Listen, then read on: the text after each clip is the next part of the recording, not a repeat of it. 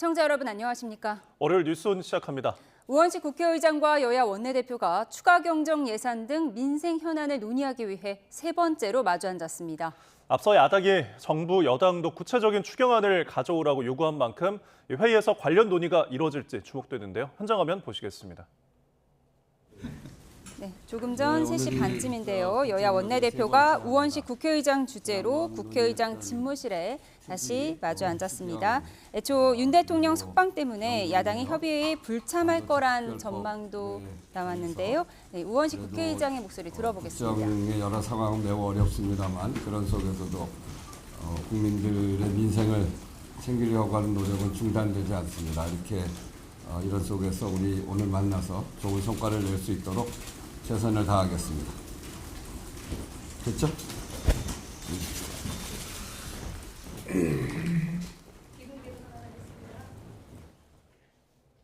네, 여야 국정협의회의 시작 모습을 보여드렸습니다. 관련 내용은 들어오는 대로 다시 한번 정리해드리겠습니다. 검찰이 윤 대통령 구속 취소에 대한 즉시 항고를 포기한 걸 두고 여파가 이어지고 있습니다. 심우정 검찰총장은 적법 절차 원칙에 따라 소신껏 내릴 결정이고 이 사퇴나 탄핵 사유가 된다고 생각하지 않는다면서 야권이 제기하는 검찰 책임론을 일축했습니다. 취재기자 연결합니다. 김태원 기자. 네. 심 총장이 오늘 출근길 문답을 진행했다고요? 네, 심 총장은 오늘 오전 9시쯤 대검찰청 출근길에서 기자들과 만나 윤 대통령 석방을 지휘한 배경부터 설명을 했습니다. 먼저 기소된 피고인의 신병을 판단할 권한은 법원에 있는 만큼 그 결정을 존중했다고 운을 뗐습니다. 구체적으로 보석과 구속 집행정지, 구속 취소에 대한 즉시 항고는 과거 유신헌법 시절 도입된 제도로 보석과 구속 집행정지에 대해선 영장주의와 적법 절차, 과잉금지 원칙에 어긋나 위헌이라는 헌재 결정례가 있는 만큼 그 취지를 고려했다고 말했습니다. 직접 들어보시죠. 영장주의와 적법 절차의 원칙, 과잉금지의 원칙에 반한다는 명확한 판시가 있습니다. 이런 상황에서 즉시 항고를 하여 또 다른 위헌 소지를 불러일으킬 것은 맞지 않다고 생각했습니다. 네, 다만 구속기간이 지난 뒤 윤 대통령이 기소됐다는 법원 판단에 대해선 법원과 검찰의 실무 관행과 맞지 않아 전혀 동의하기 어렵다고 말했습니다. 또 윤 대통령에 대한 공소기각 가능성이 커졌다는 관측에 대해선 여러 논란에 대해 본안에서 적극적으로 다투도록 지휘했고 철저하게 공소 유지하겠다고 말했습니다. 네, 야권을 중심으로 검찰 책임론이 불거지면서 심 총장의 사퇴를 요구하기도 했는데요. 별도 입장 표명이 있었습니까? 네, 심 총장은 야권의 사퇴 요구나 탄핵, 고발 예고 등에 대해 이번 결정이 자신의 사퇴나 탄핵 사유가 된다고 생각하지 않는다고 일축했습니다. 수사팀과 대검 부장단 회의를 거치는 등 여러 의견을 종합해 소신껏 결정을 내렸다는 건데요. 다만 국회의 권한에 따라 탄핵 소추가 이뤄지면 그에 따라 대응하겠다고 말했습니다.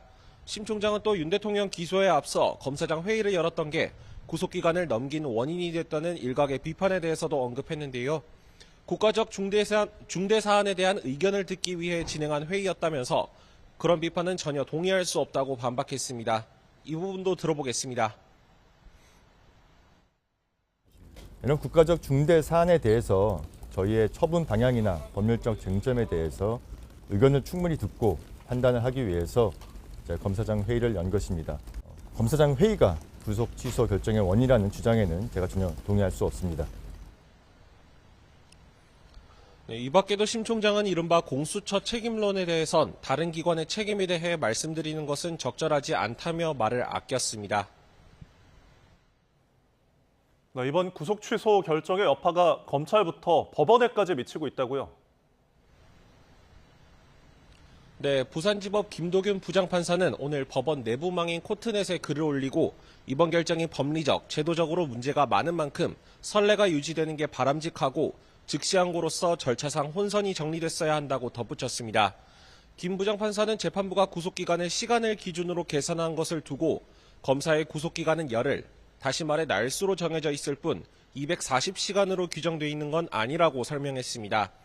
이어 이번 결정대로 시간만을 구속기간에서 제외한다면 피의자 측에서 구속적부심을 반복해 구속기간의 상당 부분을 무력화하는 경우까지 발생할 수 있다고 우려했습니다.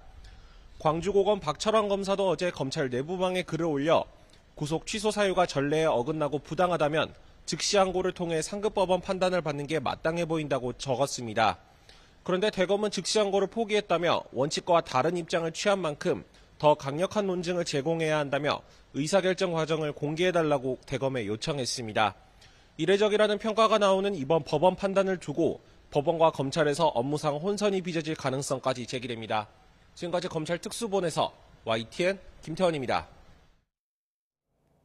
윤석열 대통령의 석방 이후 여야 정치권은 이제 헌법재판소 탄핵 심판으로 눈을 돌리는 분위기입니다. 어제 윤 대통령을 만난 여당 지도부는 법원에 이어 헌재도 올바른 결정을 내려야 한다고 강조했고 야당은 헌재가 파면을 신속하게 결정해야 한다고 촉구했습니다. 국회 취재기자 연결합니다. 홍민기 기자. 네, 국회입니다. 네, 우선 여당 지도부가 어제 윤 대통령을 만났다고요? 네, 권영세 비상대책위원장과 권성동 원내대표가 어젯밤 윤 대통령을 찾아가 여러 말씀을 나눴다고 국민의힘 신동욱 수석대변인이 밝혔습니다. 30분 정도 이뤄진 만남에서 윤 대통령은 수감 생활의 소회와 함께 그동안 당을 잘 운영해줘서 고맙다는 감사를 전한 것으로 알려졌는데요. 권 위원장은 오늘 아침 회의에서도 법치주의를 지켜낸 법원에 경의를 표한다며 윤 대통령 구속 취소 결정을 환영했습니다. 그러면서 수사 부당성을 지적한 이번 결정을 헌재도 잘 살펴봐야 한다며 지금은 헌재 판단을 차분히 기다려야 할 때라고 말했는데요. 들어보시겠습니다. 헌법재판관들은 야당의 초헌법적 주장에 흔들리지 않고 각자의 양심과 소신, 법리적 판단에 따라 올바른 결정을 내려야 할 것입니다. 또 이번 결정이 헌재 판단에 아무 영향이 없을 거라는 민주당 이재명 대표의 주장은 희망사항을 사실처럼 말하는 거라며 날을 세웠습니다. 여당은 윤 대통령 석방을 최종 지휘한 심우정 검찰총장을 향해서도 야당의 사퇴 압박에 굴복해서는 안 된다며 검찰 수장으로서 당당히 명예를 지켜달라고 강조했습니다. 또 내란죄 수사권이 없는데도 위법한 수사를 자행한 공수처를 반드시 폐지하겠다고 주장하고 오동훈 공수처장을 고발하는 등 공수처 압박 수위를 끌어올렸습니다. 다만 여당 내에선 석방된 윤 대통령과의 관계 설정을 두고 복잡한 속내도 엿보입니다. 윤 대통령과 가까워질 경우 계엄을 옹호한다는 당 이미지를 벗지 못할까 봐 우려하는 건데 권영세 위원장도 기자들과 만나 여당 지도부가 대통령에게 인사하는 것은 당연하다며 선을 긋고 안 긋고로 해석하는 건 옳지 않다고 말했습니다. 네, 그럼 반면 야당의 반응은 어떻습니까? 네, 민주당은 헌법재판소의 신속한 윤 대통령 파면 결정을 촉구했습니다. 박찬대 원내대표는 아침 회의에서 윤 대통령을 파면해야 할 이유와 근거가 차고 넘친다며 국가적 피해를 최소화하기 위해 신속한 결정을 요청한다고 목소리를 높였습니다. 들어보시겠습니다. 헌법재판소는 헌법과 민주주의의 최후의 보루입니다. 헌법재판소가 작금의 혼란을 수습해야 할 막중한 책임이 있습니다. 네, 김용민 원내 정책수석 부대표도 라디오 인터뷰에서 국민의 혼란을 고려하면 이번 주에는 반드시 선고해야 한다며 탄핵 인용 촉구 집회에도 매일 참석할 예정이라고 예고했습니다. 야당은 또 윤 대통령 구속 취소의 책임을 심우정 검찰총장에게 돌리면서 심 총장의 사퇴를 촉구하고 있는데요. 민주당 이재명 대표는 무죄 판결에도 악착같이 항소하며 괴롭히던 검찰이 윤 대통령에게만 왜 이리 관대한 건지 모르겠다며 아마 한패라서 그런 것 같다고 주장하기도 했습니다. 즉시 항고를 하지 않은 게 사퇴 사유가 되지 않는다는 심 총장의 출근길 발언을 두고서도 민주당은 법 기술자다운 궤변이라며 즉각 사퇴하지 않으면 그에 상응하는 책임을 묻겠다고 경고했습니다. 민주당은 심 총장 탄핵도 이미 언급했는데 연이은 탄핵으로 인한 반발 여론을 우려한 듯 정확한 사퇴 시점을 못 받고 있지는 않습니다. 다만 조국혁신당 등 야5당은 심 총장이 검찰 수사팀의 의견을 무시하고 즉시 항고를 하지 않는 등 직무유기를 했다는 이유로 심 총장을 공수처에 고발했습니다. 야5당은 오늘 오후에도 각 당 대표들이 참석하는 대표회의를 열고 서울 광화문에서 공동 장외 집회도 열 계획입니다. 이와 별개로 민주당은 조금 전 의원총회에서 최상목 대통령 권한대행이 마은혁 헌법재판관 임명과 명태균 특검법 공포를 즉각 하지 않으면 책임을 묻겠다고 경고하기도 했습니다. 네, 저희가 앞서 속보로도 전해드렸는데 지금 여야 국정협의회가 열리고 있죠. 네, 앞서 여야 원내 지도부는 우원식 국회의장 주재로 오늘 국정협의회를 열기로 합의했습니다. 하지만 윤 대통령 석방이라는 변수로 여야 대립이 격화하면서 한때 회의 개최 여부가 불투명해지기도 했는데요. 국민의힘은 민주당의 참여를 촉구했고 민주당 박찬대 원내대표가 오늘 오전 국정협의회에 참석하겠다는 뜻을 밝히면서 조금 전 회의가 성사됐습니다. 박 원내대표는 회의에 앞서 일단 추경이 급하다면서 정부 여당이 추경에 화답하지 않고 협의회를 열자고 하는 건 쇼 같다고 비판하기도 했는데요. 반면 김상훈 국민의힘 정책위의장은 민주당이 반도체 특별법 주 52시간제 예외 문제에 보다 전향적으로 나오라고 촉구했습니다. 국정협의회에서는 앞선 회동에서 결론 내지 못한 추경과 연금 개혁 등이 주요 의제로 논의될 전망입니다. 지금까지 국회에서 전해드렸습니다. 석방된 이후 윤석열 대통령은 별다른 공개 활동 없이 사흘째 관저에 머물고 있습니다. 경찰은 일대 경비를 강화하고 있는데 오늘도 관저 주변에 집결한 지지자 수십 명은 탄핵이 기각돼야 한다고 주장했습니다. 현장 연결해 보겠습니다. 정현우 기자, 관저 앞 상황부터 설명해 주시죠. 네, 그제 구속 취소로 석방된 윤석열 대통령은 이후 별다른 공개 일정 없이 이곳 관저에서 사흘째 머물고 있습니다. 이곳 현장에서는 바리케이트 바깥쪽으로 경호처 차량이 바깥으로 나온다거나 특별한 상황이 발생하진 않고 있습니다. 아무래도 윤석열 대통령이 외부 일정을 자제할 것으로 알려진 상황인 만큼 경호 인력도 움직이지 않는 것으로 보입니다. 어제 저녁 여당 지도부가 윤 대통령을 예방했다는 소식이 전해졌지만 오늘은 일단 여당 인사의 모습이 포착되진 않았습니다. 조만간 있을 탄핵 심판 선고나 형사재판에 대비한 면담 등을 위해 변호인단이 관저를 찾을 가능성도 항시 있어 보입니다. 네, 관저 주변에서는 대통령 지지자들이 집회를 진행했다고요. 네, 윤석열 대통령이 석방되고 그제와 어제 지지자들은 주말 동안 계속해서 집회를 진행했습니다. 오늘도 오후 2시부터 이곳 관저 바로 앞에 있는 두 개 차도 위에서 집회를 이어가고 있는 상황인데요. 일단 마이크를 든 지지자들은 윤 대통령 탄핵이 기각돼야 한다고 목소리를 높이는 중입니다. 그러면서 자신들이 관저 앞에 집결해 윤 대통령과 김건희 여사를 계속해서 지켜야 한다고 주장하기도 했습니다. 집회를 마친 뒤엔 주변에 천막을 설치하고 농성도 이어가겠다는 계획이라고 설명했는데요. 경찰도 주변에 울타리를 설치하고 경력을 추가 배치하면서 집회 관리에 나섰습니다. 네, 대통령이 관저로 복귀한 이후로 경찰도 인근 경비를 강화했죠. 네, 서울경찰청은 윤 대통령이 이곳 관저에 복귀한 만큼 주변 경비를 강화하고 있다고 설명했습니다. 일단 대통령 관저 안쪽으로 들어가는 입구에는 이렇게 대규모 바리케이드들이 설치가 돼 있고 경찰 차벽들도 길게 늘어서서 차량 진입에 대비를 하고 있습니다.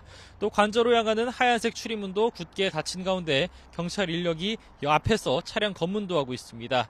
현장에서 관저 진입로 위쪽 움직임이 보이지는 않지만 경호처 인력도 마찬가지로 삼엄한 경비를 이어나가고 있을 것으로 보입니다. 일단 경찰은 윤 대통령 탄핵 선고 기일엔 경력을 관저 인근에 추가 배치하는 방안도 검토하고 있다고 설명했습니다. 지금까지 서울 한남동 대통령 관저 앞에서 YTN 정현우입니다. 헌법재판소는 윤석열 대통령 탄핵 심판 선고만을 남겨두고 고심을 이어가고 있습니다. 법원의 구속 취소 결정이 선고 일정의 변수가 될지 주목되는데요. 자세한 내용 취재기자 연결해 알아보겠습니다. 김다현 기자. 네, 헌법재판소입니다. 네, 이번 구속 취소 결정이 탄핵 심판 선고에 영향을 미칠 수 있을까요? 네, 큰 영향은 없을 거라는 게 법조계의 중론입니다. 구속 취소 결정의 경우 구속기간 개선법이 주된 쟁점이기 때문에 비상계엄을 위헌 위법하게 선포한 것인지를 핵심으로 하는 탄핵 심판과 구조 자체가 다르다는 겁니다. 그러나 법원이 구속 취소의 또 다른 사유로 절차의 명확성을 언급한 건 헌재 부담으로 작용할 수 있습니다. 특히 앞서 윤 대통령 측이 헌재가 검찰 수사 기록을 증거로 채택한 것에 강하게 반발했던 만큼 헌재로선 기록을 어느 정도 범위로 활용해야 할지 고심이 깊어질 걸로 보입니다. 네, 그렇다면 헌재가 변론을 재개할 가능성도 있을까요? 여권을 중심으로 탄핵 심판 변론을 재개해야 한다는 목소리도 나오는데요. 선고가 다소 늦어지더라도 절차적 흠결로 꼽힐 수 있는 부분을 완전히 제거해야 한다는 주장입니다. 다만 일단 윤 대통령 측은 아직 헌재에 변론 재개 신청을 할 계획이 없다고 밝혔습니다. 헌재가 직권으로 변론을 재개할 수는 있지만 헌재 관계자는 신청도 없는 상황에서 변론 재개를 언급하기는 조심스럽다며 온전히 재판부가 결정할 일이라고 설명했습니다. 네, 구속 취소라는 변수가 생기긴 했지만 이르면 이번 주에 선고가 점쳐지는 상황은 그대로인 건가요? 네, 맞습니다. 많은 변수에도 불구하고 이번 주 금요일, 오는 14일로 예상하는 시선이 적지 않습니다. 노무현 박근혜 전 대통령 탄핵 심판 당시 헌재가 열흘에서 2주가량 수기를 거친 뒤 금요일에 선고했던 전례가 있기 때문입니다. 헌재 측은 별도의 기자 브리핑을 열지 않고 문자 공지를 통해 날짜와 시간을 알릴 예정이라고 설명했습니다. 탄핵 심판 선고 생중계 여부는 아직 논의 중인 단계로 최종 결정 이후 기자단에 공지될 예정입니다. 네, 대통령과는 별개로 한덕수 국무총리 탄핵 심판 선고가 언제 이루어질지도 관심인데요. 한 총리 측은 오늘 헌재에 의견서를 제출했다고요. 네, 한 총리 측은 오늘 오전 탄핵 심판의 선고기일을 조속히 지정해달라는 내용의 의견서를 제출했습니다. 변론이 종결되고 3주 가까이 되도록 선고기일이 지정되지 않자 다시 한번 의견을 밝힌 겁니다. 지난주 금요일 국회 측은 검찰 수사 기록을 받아 증거로 제출할 수 있게 해달라며 헌재에 의견서를 보냈는데요. 앞서 검찰에서 한 차례 거부 의견을 밝힌 바 있는 만큼 헌재는 아직 의견서를 검토 중인 것으로 파악됐습니다. 다만 헌재가 재차 기록을 요청해도 검찰이 기존 입장을 뒤집을 가능성은 크지 않아 보이는데요. 이렇게 되면 추가 심리 없이 예상보다 빠르게 선고가 이루어질 전망입니다. 지금까지 헌법재판소에서 YTN 김다현입니다. 네, 방금 들어온 소식 전해드리도록 하겠습니다. 경찰이 의료계 블랙리스트를 올린 인터넷 커뮤니티 메디스태프에 대해서 압수수색을 벌이고 있다는 내용이 들어왔습니다. 명예훼손 등 불법 게시글 방조 혐의로 이에 대해서 지금 경찰이 수사를 하고 있는데요. 다시 한번 전해드리겠습니다. 의료인의 의사와 의대생의 커뮤니티인 메디스태프에 대해서 의료계 블랙리스트가 올라온 것과 관련해서 경찰이 압수수색을 벌이고 있다는 소식이 들어왔습니다. 명예훼손 등 불법 게시글 방조 혐의로 현재 수사가 진행되고 있는데요. 관련된 소식은 더 들어오는 대로 전해드리겠습니다. 다음 소식입니다.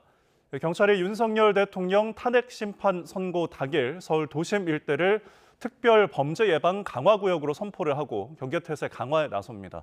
서울에는 최고 비상 단계인 가포 비상을 발령하고 가용 가능한 경력과 장비를 총동원할 방침인데요. 취재기자 연결해서 자세한 내용 알아보겠습니다.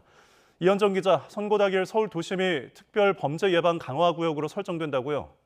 네, 서울경찰청은 윤 대통령 탄핵 심판 선고일에 헌법재판소가 있는 서울 종로구와 중구 등 도심 일대를 특별범죄 예방 강화구역으로 선포하겠다고 밝혔습니다. 특별범죄 예방 강화구역은 G20 등 국가 중요 행사나 대규모 행사가 있을 때 서울경찰청장 등의 행정명령에 따라 한시적으로 경계태세를 강화하는 조처입니다. 탄핵 심판 선고일에 서울 도심 곳곳에서 대규모 찬반 집회가 열릴 것으로 예상되는 만큼 인파 관리와 질서 유지가 중요한 상황인데요. 이를 위해 경찰은 서울 종로 중구 일대를 특별범죄 예방 강화구역으로 지정하고 8개 지역으로 나눠 일선경찰서 서장인 총경급이 지역장으로서 안전관리에 나서도록 한다는 계획입니다. 각 지역장은 형사기동대와 기동순찰대, 지역경찰, 대화경찰 등으로 구성된 임시편성부대를 배당받고 모든 112 신고와 산발적인 집회 시위 대응에 나섭니다. 또 일선 경찰관들은 찬반 시위대의 물리적 충돌에 대비해 진압봉과 캡사이신 사용 훈련을 하고 서울시와 행정안전부, 소방, 교육청 등과 협업도 강화하고 있습니다. 네, 또 경찰이 선고 당일에 가포 비상도 발령할 것으로 보인다고요? 네, 서울경찰청은 탄핵 심판 선고일에 최고 비상 단계인 가포 비상을 발령하고 가용 가능한 경력을 총동원하는 방안을 논의하고 있다고 밝혔습니다. 시위대 충돌 방지 등을 위해 총경급 이상 지휘관만 30명 넘게 투입한다는 설명인데요. 헌법재판소 일대에는 기동대뿐만 아니라 임시편성부대와 지방청 지원부대까지 투입하고 장비도 최대한 동원할 계획입니다. 시위대의 헌재 난입 차단과 헌법재판관들 보호가 최우선 목표인데 헌재 100m 이내를 차벽으로 둘러싸 진공 상태로 만들어 위험 요인을 차단하겠다고 강조했습니다. 폭력 사태가 벌어질 경우 가담자들은 현장에서 체포하고 선고 이후 헌법재판관들의 안전한 이동로를 확보하는 데도 주력할 방침입니다. 또 폭발물 협박과 인명구조에 대비해 경찰 특공대 투입을 검토하고 위험한 시위용품을 반입하지 못하도록 공사장 등에 대한 사전 점검도 진행할 계획인데요. 특히 헌재 근처에 있는 주유소는 흥분한 시위대가 휘발유나 경유를 탈취할 가능성에 대비해 폐쇄하는 방안도 검토하고 있는데 이미 일부 주유소에 대해 선고 당일 휴업을 권고한 것으로 확인됐습니다. 지금까지 사회부에서 YTN 이현정입니다. 서부지법 폭동 사태 2달여 만에 가담자들의 첫 재판이 열렸습니다. 현재까지 78명이 기소됐는데 인원이 많은 만큼 오늘은 우선 23명의 재판이 진행됐습니다. 취재기자 연결해서 자세한 내용 알아보겠습니다. 임혜진 기자, 재판이 막 끝났다고요? 네, 앞서 서울 서부지방법원은 오늘 오전 10시 서부지법 사태 가담자 14명의 첫 공판을 진행했습니다. 이어서 오후 2시 반에는 또 다른 피고인 9명의 공판을 열었는데 조금 전 재판을 마쳤습니다. 피고인 수가 많아서 방청석에도 자리를 잡았고 일반 방청객 등은 다른 법정에서 영상 중계로 재판을 지켜봤습니다. 현재까지 78명이 기소됐는데 인원이 많은 만큼 날짜와 시간을 나눠서 열기로 했습니다. 오늘은 23명이 재판을 받고 나머지는 오는 14일과 17일, 19일, 26일에 순차적으로 재판이 진행됩니다. 경찰이 관련 수사를 이어가고 있는 만큼 피고인 수가 더 늘어날 수도 있습니다. 네, 구체적인 혐의는 어떻게 됩니까? 네, 오늘 재판에서는 지난 1월 18일 윤 대통령 구속 전 피의자 신문 당시 서부지법 인근에서 발생한 불법 행위에 대해서 주로 다루고 있습니다. 피고인들은 법원 담장을 넘거나 영장 심사를 마치고 떠나려는 공수처 차량을 가로막아 공무집행을 방해한 혐의를 받고 있습니다. 집회 해산을 요구하는 경찰을 폭행하고 취재진의 카메라나 메모리 카드를 빼앗으며 공격한 혐의도 포함됐는데요. 일부 피고인은 경찰 폭행이나 공수처 직원 공격 등의 혐의를 부인했습니다. 다음에 예정된 재판에서는 윤 대통령에 대한 구속영장 발부 이후 법원 창문을 깨거나 강제로 출입문을 열어 CCTV 등 기물을 파손한 혐의에 대해서도 다투게 됩니다. 공소장을 보면 당시 피고인들은 법원 곳곳을 돌아다니며 구속영장을 발부한 판사를 찾고 일부는 방화를 시도한 것으로 조사됐습니다. 네, 오늘 재판이 진행되는 동안 법원 주변에서 집회도 열렸다고요? 네, 그렇습니다. 윤 대통령 지지자들은 오늘 오전 서부지법 인근 공원에 모여 피고인들의 석방을 촉구했습니다. 참가자들은 폭동에 가담한 이들을 법원이 불법 구속했다고 주장했는데요. 변호인단도 오늘 법정에서 피고인들의 무죄를 주장하며 재판부의 불구속 재판을 요구했습니다. 법원은 만일의 상황에 대비해 평소보다 법원 출입 검문 검색을 엄격히 하며 청사 보안을 강화했습니다. 경찰도 법원 주변에 기동대 1개 부대 60여 명을 추가로 배치해 안전사고에 대비하고 있습니다. 지금까지 사회부에서 YTN 임혜진입니다. 네, 공군이 지난 6일 발생한 전투기 오폭 사건과 관련한 중간조사 결과를 내놨습니다. 당시 조종사는 표적을 제대로 확인하지 않았고 폭탄을 투하하기 직전에는 목표를 확인하지 않고도 확인했다고 보고한 것으로 드러났습니다. 국방부는 사안의 엄중함을 고려해서 직접 수사에 나서기로 했는데요. 자세한 내용 취재기자 연결해서 알아보죠. 박희재 기자, 조종사가 좌표를 잘못 입력하고 확인도 소홀히 해서 빚어진 결과라고요? 네, 그렇습니다. 지난 6일 경기 포천에서 발생한 전투기 오폭 사고와 관련해 공군은 1번기와 2번기가 폭탄을 각각 4발씩 잘못 떨어뜨린 경위를 발표했습니다. 당시 2대가 편대 비행을 하고 있었는데 비행을 이끈 1번기에는 좌표가 잘못 입력돼 있었다고 공군은 밝혔습니다. 특히 1번기 조종사는 좌표 입력 뒤와 이륙 전, 폭탄 투하 전 3차례나 다시 확인할 의무가 있었음에도 그러지 못했다고 밝혔습니다. 이어 폭탄 투하 직전 목표를 육안으로 확인하지 못한 채 표적을 확인했다고 보고한 뒤 폭탄을 투하한 것으로 나타났습니다. 또 2번기는 좌표가 제대로 입력돼 있었지만 1번기와 동시 투하한다는 매뉴얼을 따르느라 좌표가 벗어난 걸 인지하지 못하고 1번기의 지시로 폭탄을 투하한 것으로 조사됐습니다. 조종사들은 폭탄을 투하한 지 2분 뒤인 10시 6분 서로 확인하는 과정에서 좌표가 잘못 입력돼 있다는 것을 뒤늦게 확인하고 군산기지로 귀환했다고 공군은 덧붙였습니다. 이 중간조사 내용 발표에 앞서 이용수 공군 참모총장은 다시 한번 피해자와 국민에 사과하고 대책을 마련하겠다고 강조했습니다. 네, 그리고 이번 사안에 대해 국방부가 직접 수사에 들어갔다고요? 네, 그렇습니다. 공군의 발표 직후 국방부는 조사본부 인력을 투입해 직접 수사에 착수하겠다고 밝혔습니다. 국방부는 공군의 중간 조사를 통해 사안의 엄중함이 드러났다며 그 배경을 설명했는데요. 특히 조종사 임무 수행과 훈련 통제 관리, 보고 체계와 상황 조치 과정을 비롯한 훈련 준비와 함께 훈련 실시와 사후 단계까지 모든 분야를 들여다보겠다는 방침입니다. 이에 따라 해당 부대 전대장과 대대장의 지휘 감독은 물론 사고 발생 후 20분이 지나 합참에 첫 보고되는 과정 등 늑장 보고도 수사선상에 오를 것으로 보입니다. 공군은 이와 별도로 최종 공격 단계 편입 전 표적 좌표를 상호 확인하는 절차를 새로 만들어 오폭 사고가 재발하지 않도록 하겠다고 밝혔습니다. 그러면서 당시 상황 판단과 늑장 보고에 대해선 과실이 식별된 사람을 대상으로 법과 규정에 따라 문책하겠다고 덧붙였습니다. 지금까지 국방부에서 YTN 박희재입니다.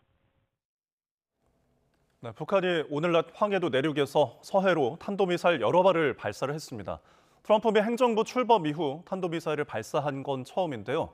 오늘부터 시작된 한미연합훈련 자유의 방패 연습에 대한 반발로 보입니다. 취재기자 연결해서 자세한 소식 알아보겠습니다. 홍성기 기자. 네, 홍성기입니다. 네, 북한이 발사한 탄도미사일의 정확한 규모가 나왔습니까? 네, 북한이 오늘 낮 발사한 탄도미사일은 상대적으로 사거리가 짧은 탄도미사일인 CRBM일 가능성이 큰 것으로 전해졌습니다. 합동참모본부는 북한이 오늘 오후 1시 50분쯤 황해도 내륙인 황주 인근에서 서해 방향으로 탄도미사일 여러 발을 발사했다고 밝혔습니다. 군은 북한이 이번에 발사한 미사일이 탄도미사일 중에 상대적으로 사거리가 짧은 CRBM, 즉 근거리 탄도미사일인 것으로 보고 정확한 재원을 분석하고 있습니다. 합참은 북한의 미사일 발사 직후 공지를 통해 우리 군은 감시 및 경계를 강화한 가운데 한미 간 긴밀하게 공조하며 만반의 대비 태세를 유지하고 있다고 설명했습니다. 북한의 이번 미사일 발사는 오늘부터 시작된 한미 연합훈련인 자유의 방패 연습에 대한 반발로 해석됩니다. 앞서 북한은 자유의 방패 연습이 최강경 대미 대응의 원칙인 당위적 명분만 더해주고 있다며 반발했습니다. 북한 외무성은 오늘 조선중앙통신에 올린 보도국 공문을 통해 가중된 안보 위협에 부닥치는 바람직하지 않은 결과를 맞이하게 된다는 것을 명심해야 한다며 이같이 주장했습니다. 또 거듭된 경고에도 불구하고 대규모 합동 군사훈련을 강행하는 것은 첨예한 한반도 정세를 극한 너머로 끌어올리는 위험천만한 도발적 망동이라고 비난했습니다. 그러면서 미국의 무분별한 행동과 비이성적인 선택은 미국 안보에 마이너스로 기여하게 될 거라고 위협했습니다. 북한이 트럼프 미 행정부가 출범한 뒤로 탄도미사일을 발사한 건 이번이 처음입니다. 최근 전략순항미사일을 발사한 적은 있지만 유엔 안보리 제재 대상인 탄도미사일 발사는 자제해 왔는데요. 북미 대화 가능성을 염두에 둔 계산이라는 분석이었는데 북한이 전격적으로 탄도미사일을 발사하면서 향후 남북관계는 물론 북미 관계에 어떤 변화가 있을지 주목됩니다. 지금까지 통일부에서 YTN 홍성기입니다.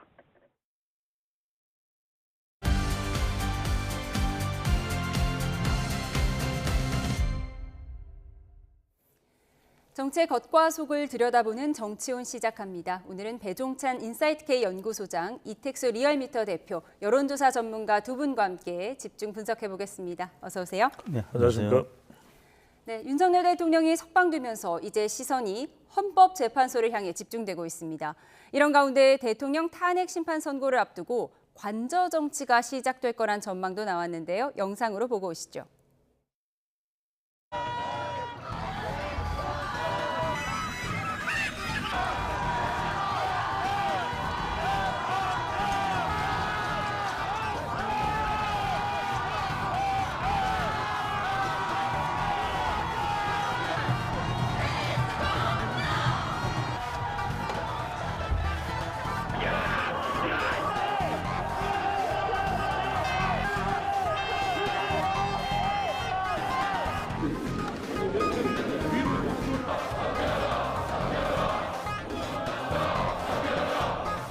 이 나라 질서 유지의 최후 보루여야 할 검찰이 해괴한 장깨로 내란 수개를 석방해 줬습니다. 아마 한패라서 그런 거겠죠.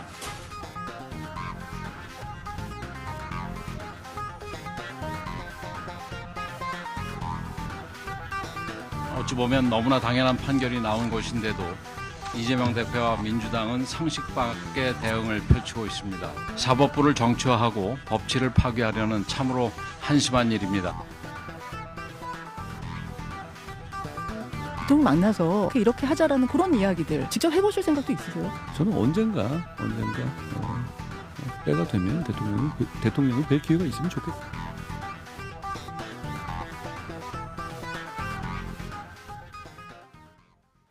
네, 대통령 관저에 이목이 집중되고 있는 상황인데요. 저렇게 대통령이 차에서 내려서 걸어 나오는 모습 예상하셨습니까? 예상했습니다. 워낙 이제 윤석열 대통령이 옥중에서도 계속해서 지지층들에게 감사한다. 또 최종 변론에서도 그 부분을 여러 차례 또 밝힌 바가 있거든요. 그렇다면 이제 구속 취소가 되는 상황에서 지나가기는 좀 힘든 상황인 거죠. 그렇다면은 그런 대통령의 이 도보 인사 메시지에는 짧게 말씀드리겠습니다. 한 3가지 정도의 의미가 담겨 있는 것으로 보입니다. 물론 기본적으로는 이제 헌재 심판에 대한 대응도 필요하지만 또 당의 통합을 메시지를 전달할 때는 이렇게 좀 정치적으로 지지층들에게 보이는 모습도 작동할 수 있거든요.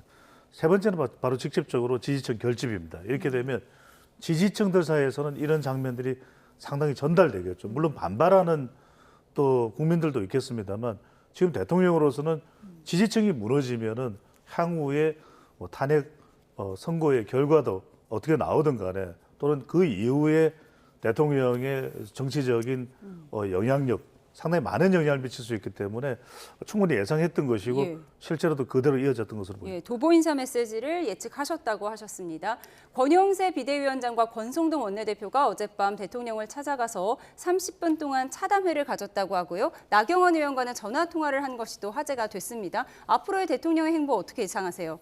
일단 헌재 판결까지는 이제 정중동 행보를 보이겠죠. 관저에서 현재 상태를 좀 모니터하면서 헌재 판결이 이번 주 금요일 나올지 아니면 다음 주 월요일 나올지 아니면 그 이후에 될지 알 수는 없습니다만 아무튼 헌재 판결이 윤석열 대통령 입장에서 가장 중요한 부분이기 때문에 거기에 대한 이제 대책 뭐 재판관들한테 직간접적으로 뭐 여러 가지 호소를 할 수도 있고요. 또 예. 방금 지지층한테 호소했던 것처럼 민심을 통한 또 어필 뭐 이런 부분이 이제 가능할 텐데 또 가능성 면에서는 탄핵 인용 가능성도 있기 때문에 그 이후에 행보에 대해서 당의 행보도 있을 수 있고 또 본인의 행보가 있을 수 있는데 그 부분과 관련해서 여당 중진들하고 여러 가지 얘기를 나누지 않았을까 예상을 해봅니다. 정중동의 행보를 예상하셨습니다.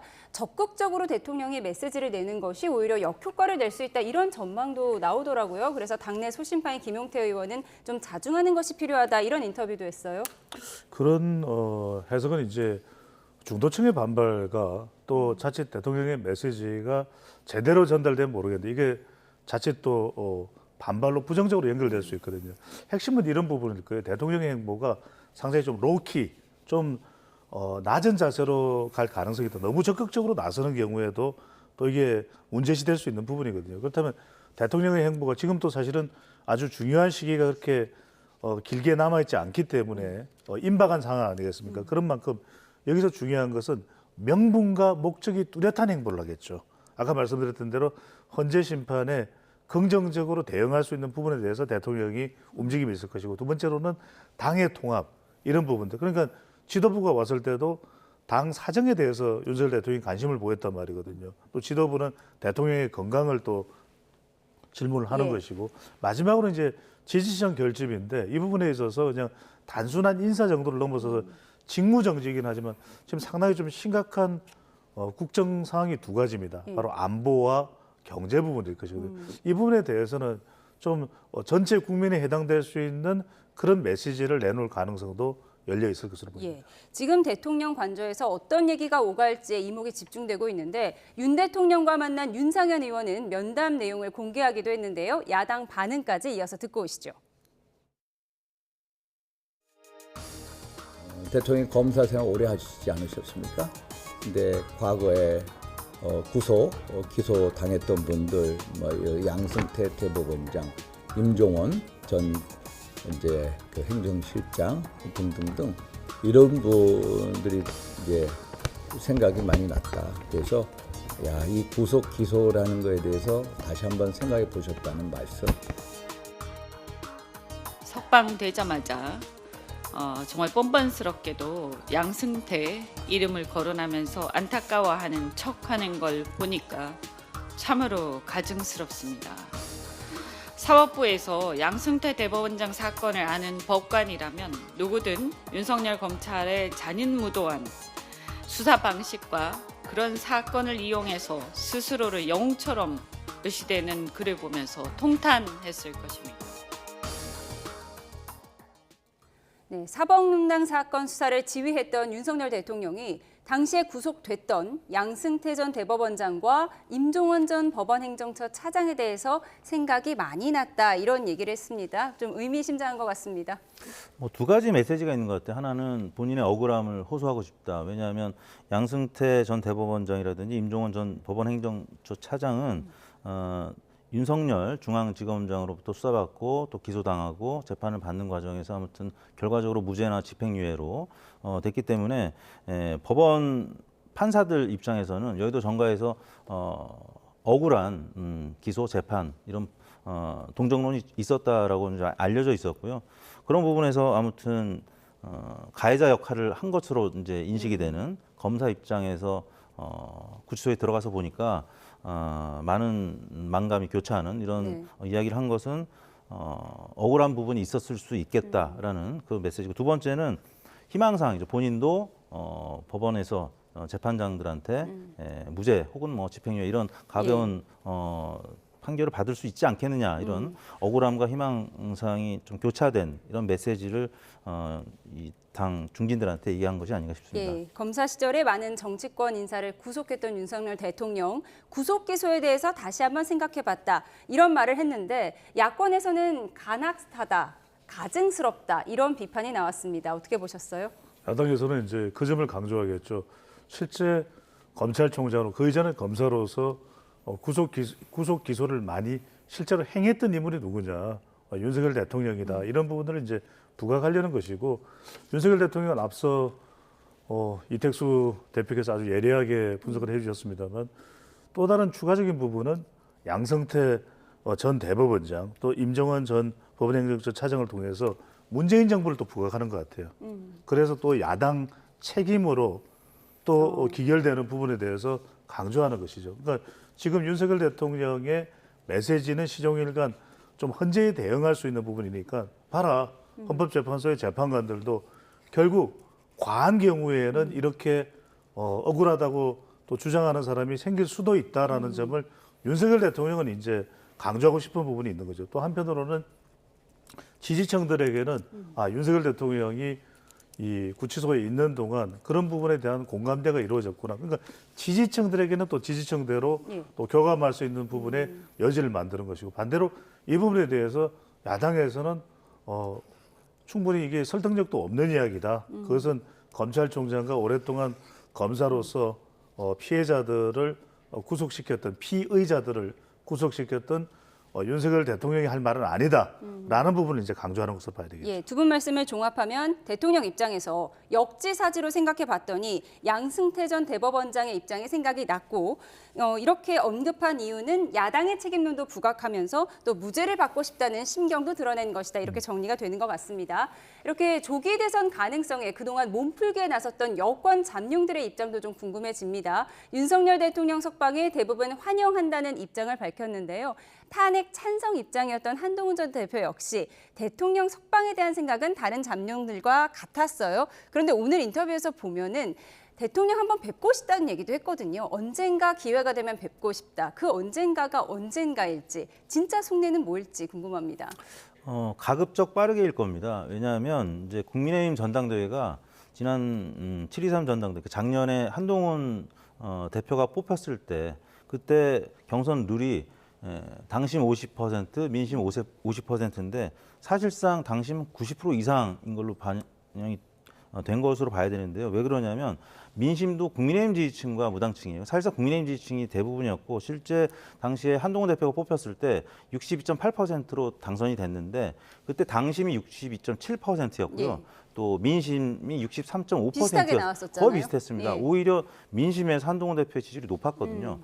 그런 차원에서 이제 거의 비슷한 이 당심 경선 룰을 생각한다면 지금은 친윤 후보일수록 지지율이 높게 나오고 있습니다. 특히 김문수 장관의 지지율이 지금 높게 나오는 것처럼, 한동훈 전 대표 입장에서는 친윤의 지원을 받아야 사실 경선에 통과할 가능성이 있기 때문에 지금 김문수 장관에 좀 많이 처져 있는 지지율을 감안한다면 가급적 빨리 만나는 게 좋을 거고요. 예. 뭐 그런 차원에서 윤석열 대통령이 과연 만나줄까? 네. 그 부분이 이제 문제인 거죠. 예. 윤석열 대통령이 혹여 탄핵이 인용이 된다면 과연 한동훈 대표하고 이미 조금 거리가 있는 네. 사이로 알려져 있기 때문에 쉽게 만나주진 않을 거예요. 만나는 것 자체가 메시지이기 때문에 네. 또 한동훈 대표의 희망대로 만나는 건 쉽지 않을 거고 만나도 좀 늦게 만나지 않을까 이런 전망을 해봅니다. 한동훈 전 대표는 대통령 만나고 싶다고 했는데 대통령은 한동훈 전 대표 만나고 싶을까요?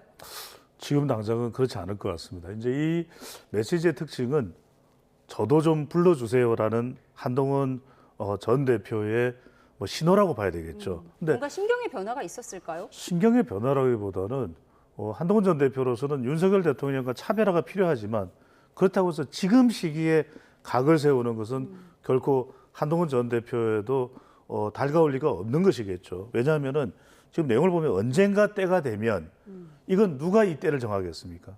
윤석열 대통령이 이 때를 정할 가능성이 높을 겁니다. 그리고 대통령 뵐 기회가 있었으면 좋겠다. 이것은 결국 한동훈 전 대표가 대선에 조기 대선이 있을 경우 또 앞으로의 어떤 정치 국면에서 이 국민의힘 보수 지지층들을 끌어들이기 위해서는 대통령 지지층들도 설득을 할 필요가 있는 것이거든요.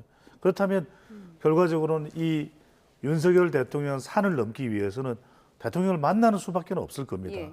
이렇게 해서 이제 서로 간에 그 꽉 또 이 막혀 있는 그런 불통을 좀 소통을 하고 싶은 마음은 있는데 그것이 언제가 될까라는 것은 짧은 시기 내에 단기간 내에는 이런 시간이 오기는 쉽지 않다라는 것도 분명히 본인의 표현에서 좀 드러낸 것으로 보입니다. 예, 탄핵 찬성 입장을 밝혔던 전 여당 대표 한동훈 전 대표의 심경이 어떨지 예상을 좀 해봤습니다. 그런가 하면 한동훈 전 대표가 검사 출신 대통령은 안 된다는 여론에 대한 입장도 이렇게 밝혔는데요. 직접 듣고 오시죠. 검사 정치 뭐 이렇게 뭐 폄훼할 때 얘기할 때 이렇게 얘기하죠. 제일 나쁜 걸 이 두 가지로 얘기합니다. 까라면 까라, 물라면 무는 그런 상명하복 뭐 이런 거잖아요. 두 번째는 줄 세우기 뭐 이런 거죠. 네. 그런데 저는 그 반대 아닙니까? 까라면 까라라고 했었으면 제가 계엄을 막았겠습니까? 까라면 까라라고 했었으면 여사 문제 제기하고 하나하나에다 이종섭, 황상무 문제, 의료 문제, 명태균 문제 그리고 이런 문제에 대해서 제가 직언을 했을까요? 오히려 저는 그 반대점이었고 그리고 제가 당대표를 하면서 만약에 줄 세우기를 했었으면 제가 이렇게 안 됐겠죠. 네, 오늘 방송 인터뷰인데요. 검사 출신 대통령은 안 된다는 여론에 대해서 본인은 까라면 까라는 상명하복이나 줄 세우기 안 했다. 자신 있게 대답을 했습니다. 어떻게 보셨습니까? 윤석열 대통령하고 차별화하겠다는 전략이죠. 이제 경선에서 윤석열 대통령의 도움이 필요하긴 하지만 또 본선에서는 확당성을 고려한다면 윤석열 대통령과 차별화된 전략을 보여야 되는데 일단 조기 대선이 이루어진다는 전제는 계엄 그 탄핵이 통과가 인용이 된다는 얘기고 만약에 조기 대선이 이루어지면 윤석열 대통령에 대한 심판론은 분명히 부각이 될 것이고 그러면 투표가 회고적 투표냐 전망적 투표냐라고 봤을 때 사실 대선은 전망적 투표의 이제 성향이 더 강하고 그러면 윤석열 대통령하고는 좀 다른 결을 보여줘야 되는데 일단 윤석열 대통령하고는 검사 출신이라는 교집합이 있습니다. 이 부분 좀 불리한 부분을 작용할 수 있다고 보고 이제 이런 얘기를 한 것 같고요. 두 번째는 검찰 신뢰도가 조사기관들이 조사를 해보면 최근 들어서 조금 많이 하락한 건 사실입니다. 법원조차도 조금 하락을 했고 지금 50%를 넘는 신뢰도 결과는 헌재만 지금 보여주고 있거든요. 그러다 보니까 검사 출신이라는 부분을 굳이 강조할 필요는 없는 것이죠. 그래서 그런 면에서 검사의 이런 부정적인 어떤 분위기, 용어들 이런 부분들을 언급하면서 검사 출신의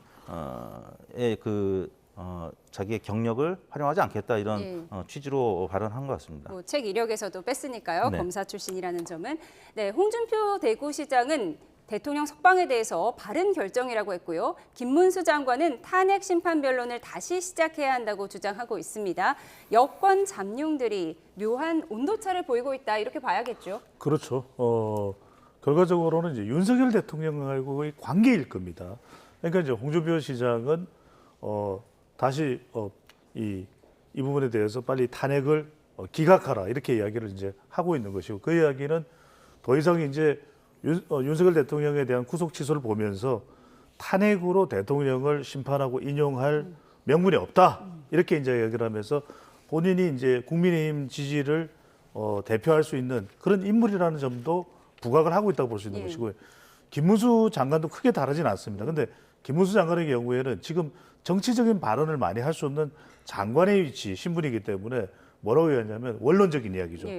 헌법재판소에 변론을 제기하라. 그러니까 그동안 진행되었던 11차까지의 최종 변론이 윤석열 대통령에게 불리하게 진행이 됐다. 이 점을 강조하면서 본인과 윤석열 대통령을 이제 일체하는 것이거든요. 조기 대선 가능성 자체를 낮게 봤잖아요. 그렇죠. 김문수 장관은. 그걸 오히려 이제 김문수 장관은 불경스럽다라고 이야기하면서 대통령의 적극 지지층들을 이렇게 일단은 포섭하고 묶어댈 수 있는 그런 이제 전략으로 볼 수 있다면 짧게만 좀 덧붙이겠습니다. 한동훈 전 대표 같은 경우에는 검사로만 보지 마세요.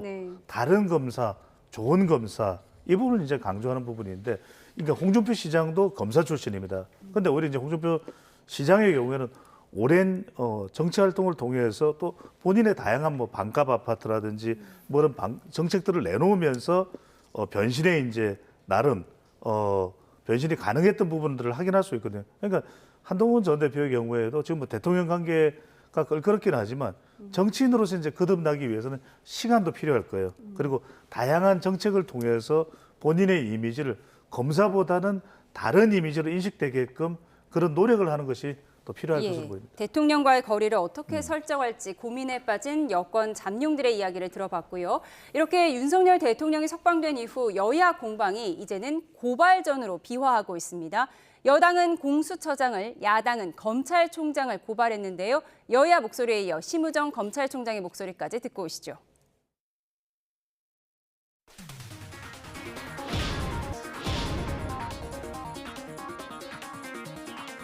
오동훈 공수처장을 형사 고발합니다. 오동훈 공수처장은 내란죄 수사권이 없는데도 불법 체포 구금을 일삼았습니다.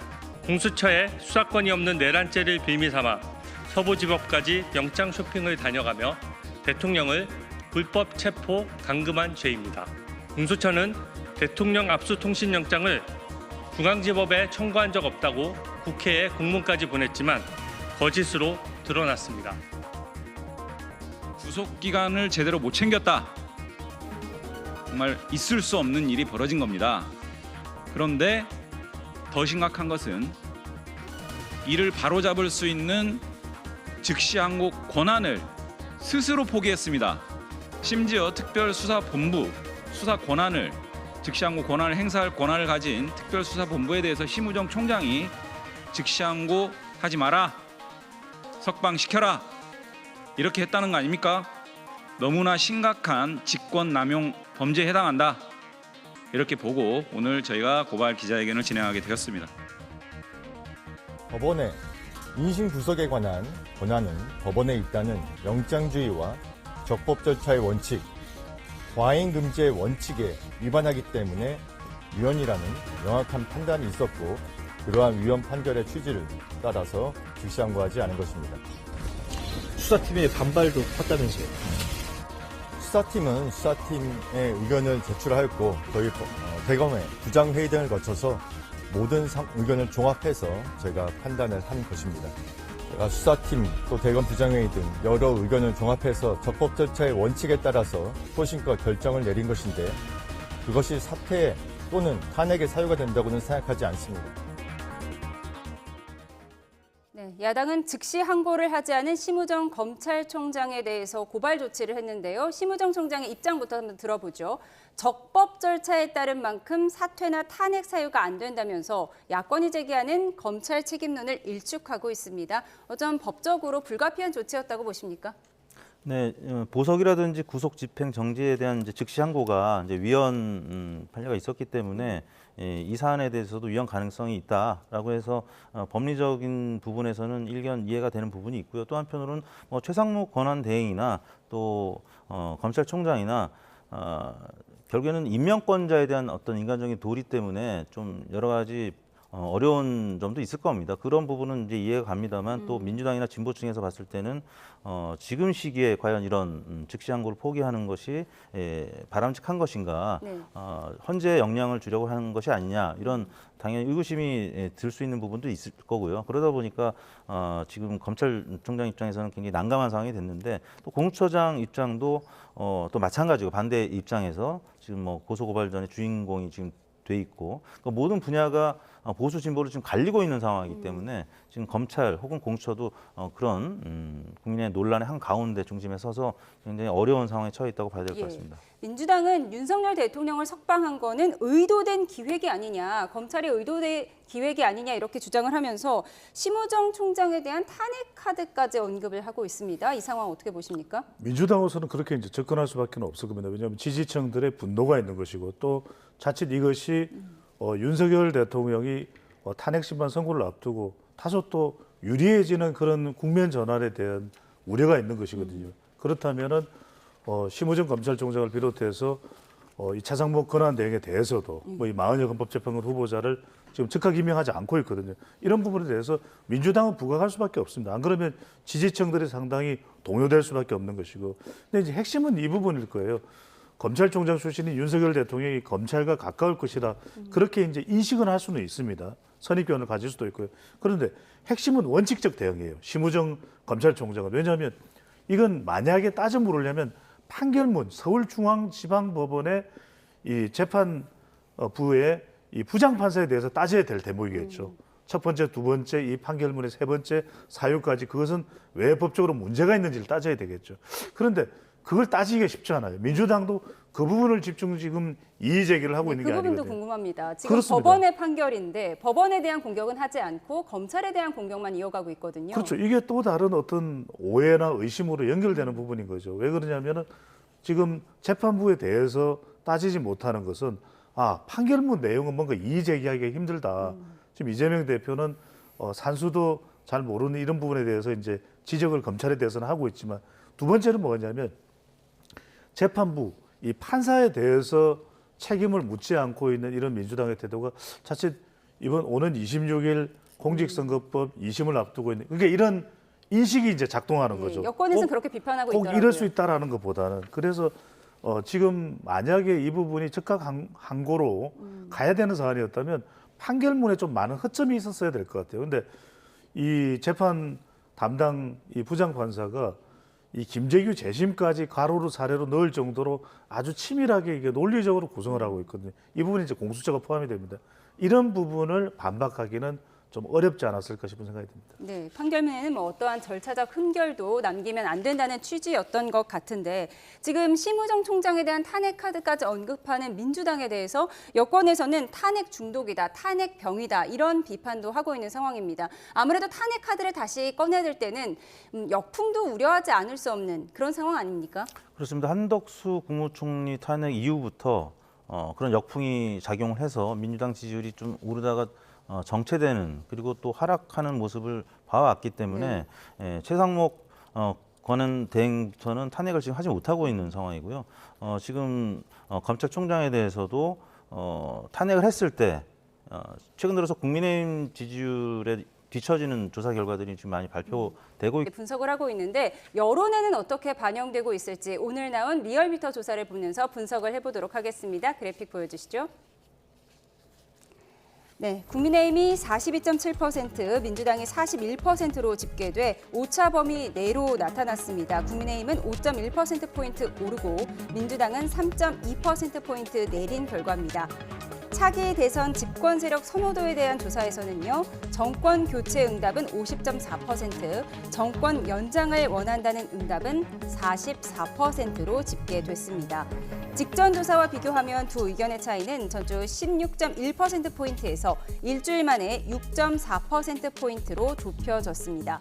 중도층 의견만 따로 떼서 볼게요. 정권 연장 대 정권 교체는 36.4% 대 60.4%로 나타났습니다. 이번 조사는 지난 5일부터 7일까지 실시한 조사입니다. 7일 금요일에 대통령 구속 취소 결정이 나온 이슈는 일부 반영이 된 거고요. 그제 토요일에 대통령이 실제 석방된 이후에 이 모습이 공개된 여론은 반영되지 않았다는 점 말씀드립니다. 두 분과 분석을 해보겠습니다. 네, 구속 취소 인용 결정이 나온 보도는 조금 반영이 된 거죠? 네, 금요일까지 조사를 했으니까 금요일 오후에 이제 일부 반영이 됐는데 지난주에 주요 이벤트가 한 3가지로 이제 나눠서 볼 수 있을 것 같은데요. 주초에는 국민의힘 지도부가 박근혜 전 대통령을 이제 예방했습니다. 그리고 한동훈 전 대표는 또 본격적인 정치 행보에 나섰고요. 그런데 이제 목요일 날은 이재명 대표가 한 유튜브에 나가서 검과 짜고 체포하는 가결시켰다. 비명계가 검찰과 짜고 네. 자신을 구속시킨 것이다. 이런 네, 취지의 그러다 발언을 보니까 했죠.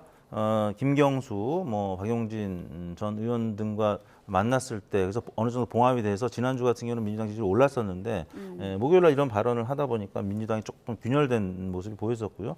그다음에 금요일 날 계속 얘기 나눴던 윤석열 대통령 석방 소식이 있었기 때문에 하루가 다르게 여러 가지 지금 뉴스가 발표가 됐고 그러다 보니까 갤럽 같은 경우는 화수목 조사하는데 리얼미터는 수목금 조사해서 발표를 하다 보니까 하루 차인데도 불구하고 윤석열 대통령의 이 석방 소식이 일부 반영이 됐느냐 안 됐느냐 그리고 또 이재명 대표의 이런 발언이 반영이 됐느냐 안 됐느냐에 따라 조금 온도차가 있거든요.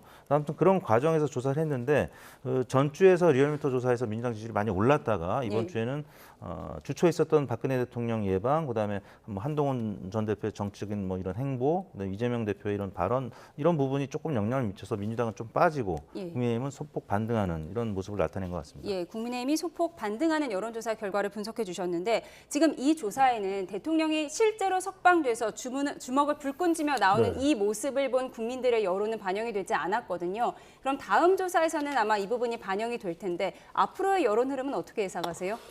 국민의힘 지지층들이 좀 더 결집할 공간은 좀 열려 있다고 봅니다. 그렇게 보는 이유는 뭐냐면은 결국 구속 취소의 결정이 법원의 판단이라는 것이거든요. 그렇다면은 그동안 윤석열 대통령 변호인단에서 계속 제기를 했던 것이 바로 공수처가 이 정당한 수사 권한이 있느냐 이 부분을 계속 이야기했던 것이고 또 하나가 이번에 이 취소 결정을 내린 것이 서울중앙지법이에요. 이런 부분들이 법적인 부분을 떠나서 심리적으로 영향을 미칠 수밖에 없겠죠. 또 하나가 이제 리얼미터 조사 결과 저기 대표가 나와 계시지만은 저는 구속 취소 결정 당일 날은 부분적으로 포함되어 있던 막판 결집 현상이죠. 선고가 임박돼 있는 상황에서 대통령을 지지하는 보수층들은 더 결집할 수밖에 없을 거예요. 그게 영향을 미쳤다고 볼 수 있고 또 하나가 꽉 결집을 해오던 이 민주당의 중도층 결집이 조금 느슨해졌다. 그런 이유는 앞서 이제 이택수 대표도 말씀하셨습니다만 그동안에 쭉 이재명 대표 행보가 주 4일째 또 엔비디아, 국방 AI, 심지어 이제 부산에 가서 북극 항로까지가 전개가 됐는데 그걸 다시 역주행한 것이 바로 이 지난 체포 동의안 가결은 당의 일부 비명계와 검찰의 어떤 뭐 작당의 어떤 모의였다.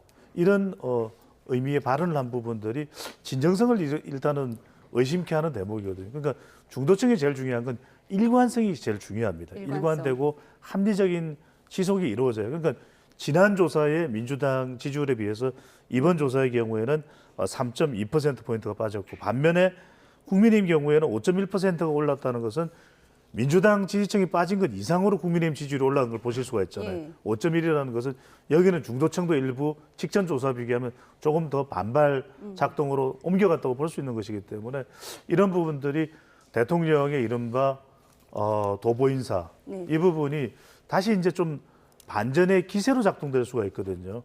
이런 부분들이 얼마나 더 큰 폭으로 결집한다는 걸 떠나서 이것이 대통령의 정중동 행보 또는 로키 낮은 자세로 접근하는 그런 행보가 있을 경우에 좀 더 결집하는 그런 기제로 이제 작동할 수는 있는 것이죠. 예, 석방된 이후 대통령의 도보 인사가 국민의힘 지지층을 더 결집시켰다라고 분석을 하셨는데 이 부분이 이제 다음 주 조사에서 중도층 여론에는 어떤 영향을 줄까 이 부분이 궁금합니다.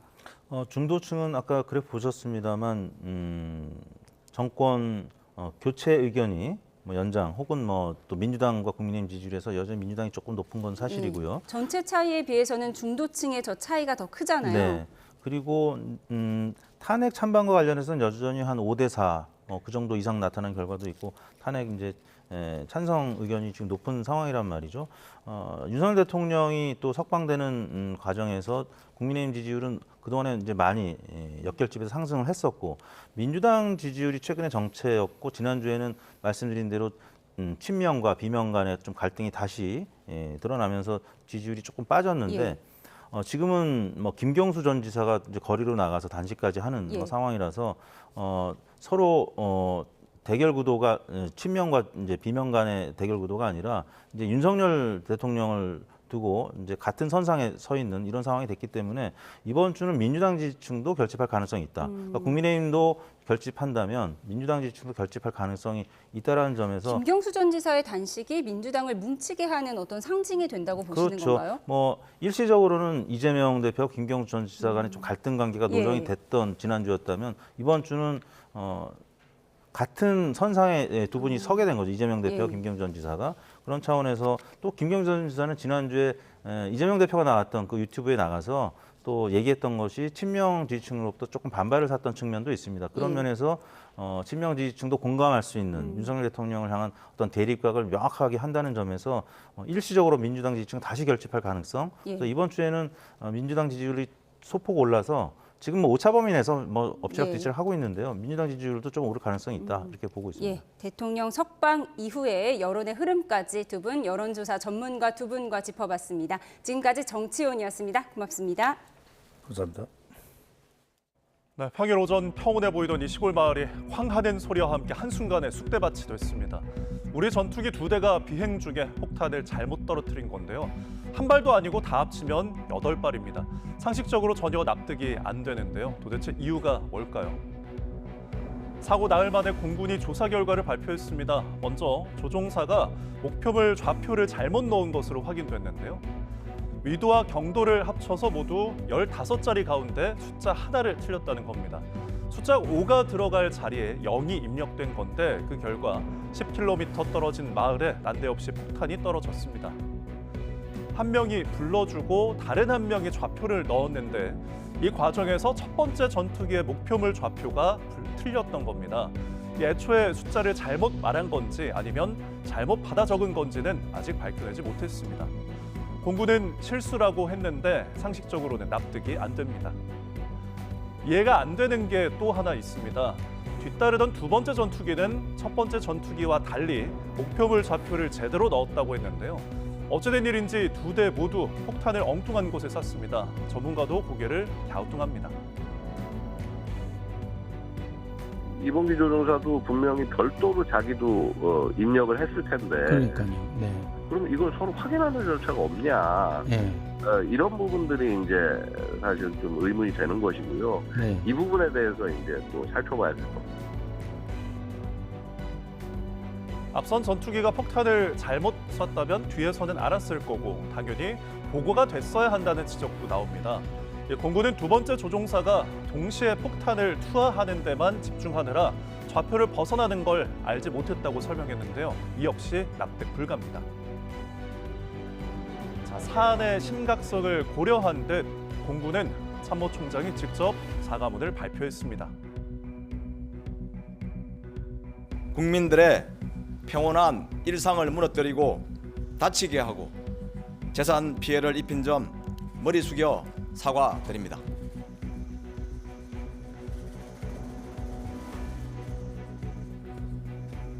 절대 일어나서는 안 될 사고였고 다시 일어나서도 안 될 사고입니다.